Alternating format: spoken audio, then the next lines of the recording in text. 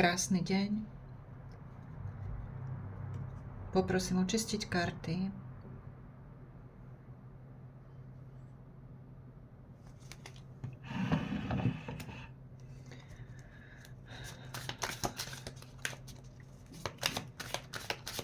Sadám si k vašim kartám veľmi pokojne a s úctou, pretože cítim, že tie otázky, ktoré máte, nie sú len obyčajnými otázkami, či sa vráti, ale sú otázkami vašeho srdca, vašej bolesti, vašej únavy a aj dlhých rokov spoločného života.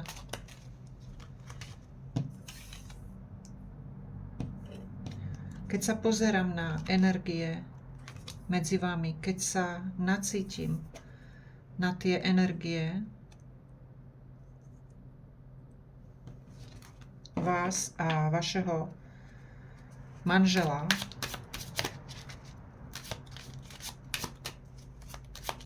partnera,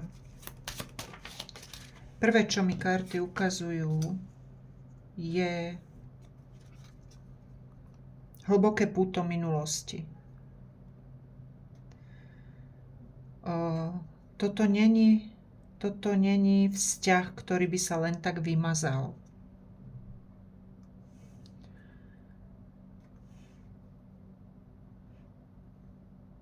Sú tu roky, sú tu spomienky, sú tu spoločné pády, aj radosti. Je tu kus života, ktorý sa nedá prestrihnúť, odstrihnúť ako niť.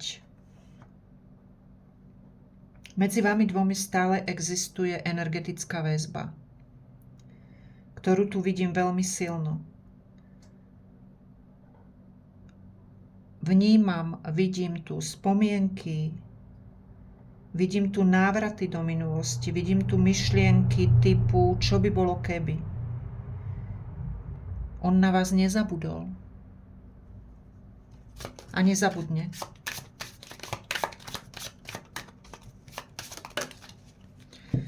Tie karty sú úprimné a ja vám to musím povedať pravdivo, nie len tak, aby som utišila tú vašu bolesť. Pozrieme sa teda, čo sa deje v ňom. On momentálne nie je šťastný. Šťastný muž.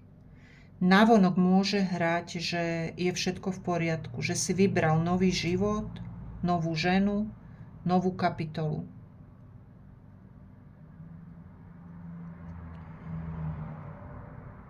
Ale vo vnútri je tu zmätok. Vo vnútri je tu nepokoj. Ja tu vidím aj výčitky svedomia, ja tu vidím jeho potlačené emócie, ja tu vidím jeho pocit, že niečo pokazil.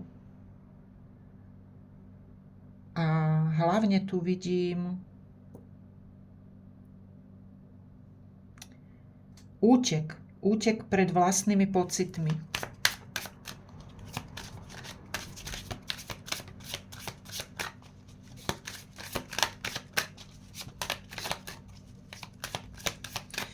On neušiel, pretože by vás prestal cítiť. Veža. On ušiel preto, že nevedel niesť váhu reality, zodpovednosti, rokov, ktoré ste boli spolu, ktoré boli medzi vami.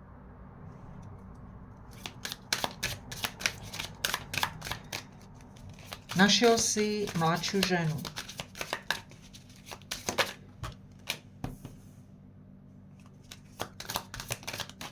Tá mladšia žena pri ňom má má úplne inú energiu.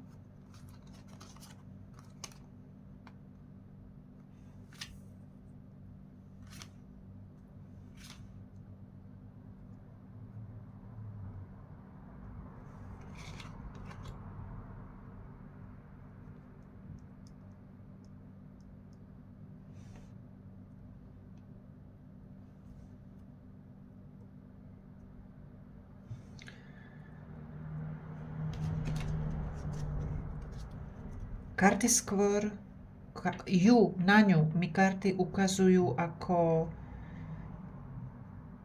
ilúzia mladosti, pocit začať od znova. Nevidím tu hlboké životné partnerstvo. Vzťah je tu viac medzi nimi o egu. O pocite, že ešte on môže byť niekým iným. Není to o duši. Král pohárov, král mečov.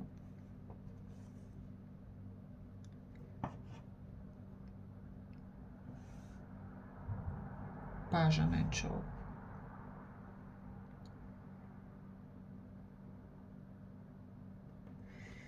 Vy sa pýtate, či sa manžel vráti.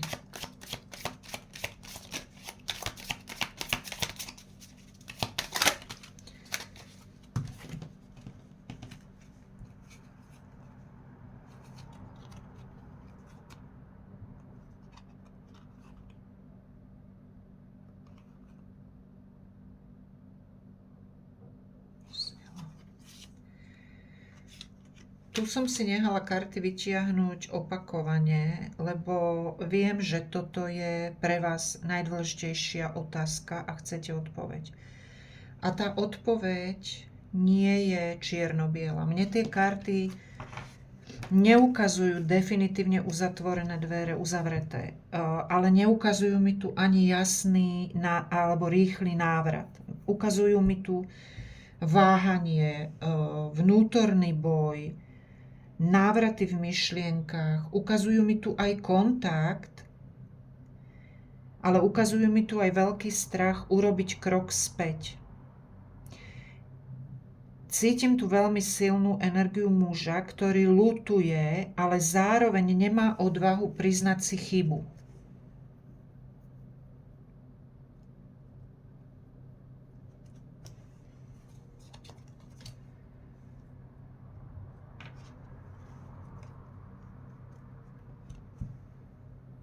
A to je ale veľmi dôležité. Pretože návrat by znamenal, že by si on priznal omyl, že by pokoril to svoje ego, že by požiadal o odpustenie a on zatiaľ toto nedokáže.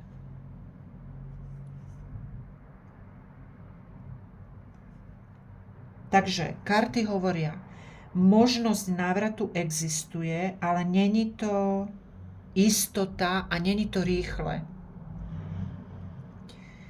Skôr tu vidím také postupné precitnutie, uvedomenie si, možno sklamanie z toho nového vzťahu a až potom myšlienku, čo som to vlastne spravil. Lenže toto môže trvať. Toto môže trvať mesiace, toto môže trvať aj dlhšie.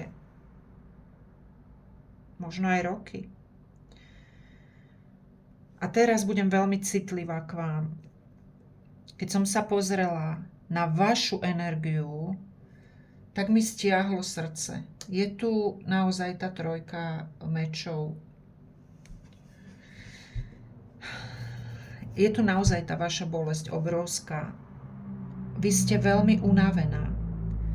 Nie len z tej samoty, ale aj z čakania, aj z nádeje, aj z toho, že stále držíte otvorené tie dvere. Karty mi pri vás ukázali ale veľmi dôležitú vetu.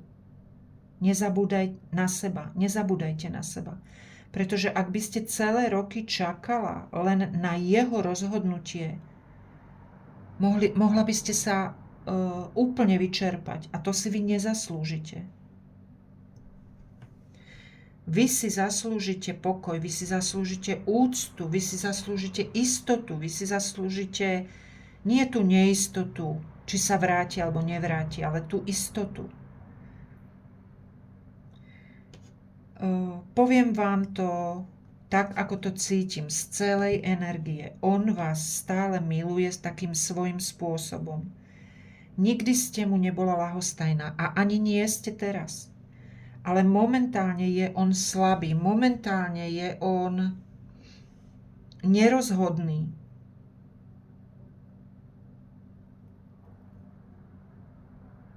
Není odvážny.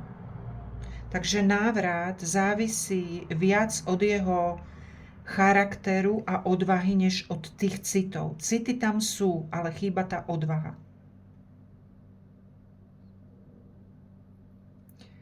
Skúste teraz neriešiť tú otázku vráti sa, ale skúste skôr sa pýtať, čo ja môžem urobiť pre seba, aby som bola pokojná aj bez neho. Pretože paradoxne, keď žena prestane čakať a začne žiť, vtedy ten muž často sa vráti sám. Nie z povinnosti, ale z tej straty, lebo cíti, že sa energeticky odpútavate, že si žijete ten svoj príbeh, svoj život. A to pocíti on ako stratu. A uvedomte si, že takýto jeho návrat v takýchto energiách je jediným návratom, ktorý má hodnotu.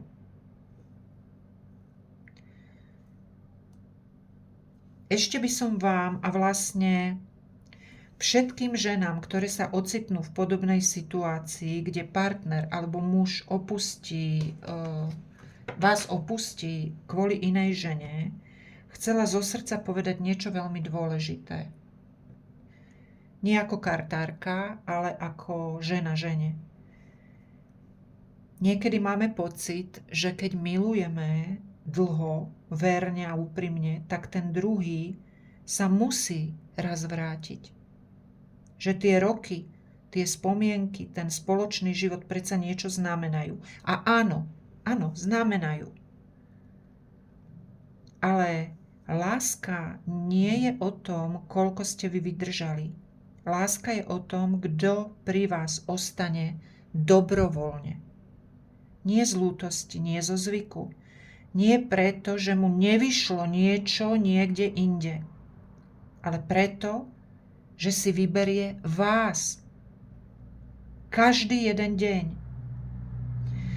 Veľa žien robí jednu takú tichú chybu. Čakajú. Odkladajú svoj život, svoje plány, svoje šťastie. Hovoria si, možno sa vráti, ešte chvíľku vydržím, ešte chvíľku počkám. A pritom im pomaly utekajú roky, uteká energia, aj tá radosť zo života. A vy nie ste zastávka, kde sa má niekto rozhodovať, či vystúpi alebo nie. Vy ste cieľ. Ak muž odíde, nech sa páči. Nech ide. Ak sa má vrátiť, vráti sa sám. Bez prosenia, bez naháňania, bez toho, aby ste sa musela zmenšovať. Pretože žena, ktorá pozná svoju hodnotu, tá neprosí o lásku. Tá ju prirodzene priťahuje. A možno najväčšia lekcia takýchto príbehov je, že niekedy nás odchod muža neprišiel potrestať. Prišiel, aby nás naučil postaviť sa na tie vlastné nohy. A keď sa tá žena postaví za seba, zrazu zistí, že už nepotrebuje nikoho, kto si ňou nie je istý. Ja vám prajem všetkým ženám v takomto období, v takomto príbehu jedno jediné. Nečakať na návrat niekoho iného, ale vrátiť sa sama k sebe. Tam totiž to začína ten skutočný pokoj. A možno si poviete, mnohé z vás, že ale ja toto nedokážem. Dokážete. Dokážete. Keď budete presvedčená o tom, že toto je jediná správna cesta pre vás, tak to dokážete. Postavte sa za seba. Milujte seba. A uvedomte si, že život je dar a že môže prísť jeden jediný okamih a môžete prísť nielen o lásku, nielen o muža, ale aj o život. O svoj život.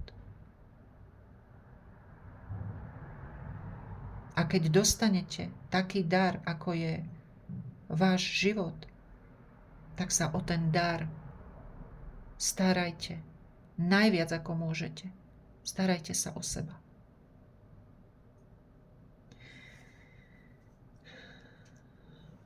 Ja vám prajem krásny deň